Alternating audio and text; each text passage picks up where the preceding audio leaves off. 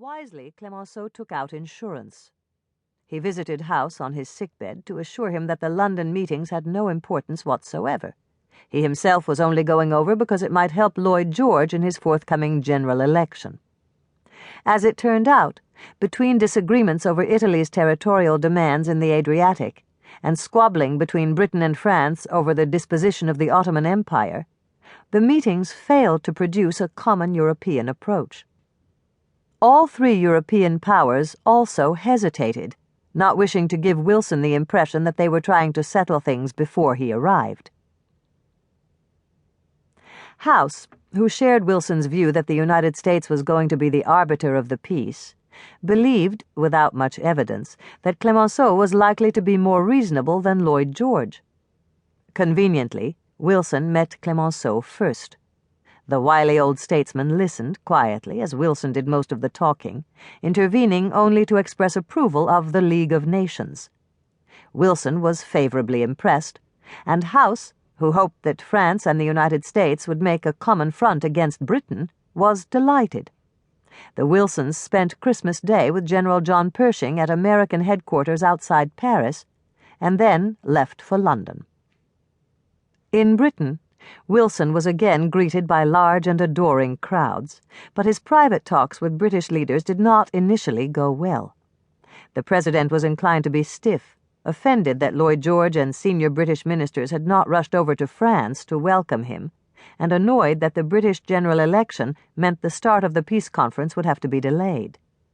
Wilson was, like many Americans, torn in his attitude to Great Britain. At once conscious of the United States' debt to its great liberal traditions, but also wary and envious of its power. If England insisted on maintaining naval dominance after the war, Wilson told André Tardieu, Clemenceau's close colleague, the United States could and would show her how to build a navy. At a gala reception at Buckingham Palace, Wilson spoke bluntly to a British official, who at once passed on the remarks to his superiors. "You must not speak of us who come over here as cousins, still less as brothers. We are neither." It was misleading, he went on, to talk of an Anglo-Saxon world, when so many Americans were from other cultures. Foolish also to make too much of the fact that both nations spoke English. "No, there are only two things which can establish and maintain closer relations between your country and mine. They are community of ideals and of interests." The British were further taken aback when Wilson failed to reply to a toast from the King to American forces with a similar compliment to the British.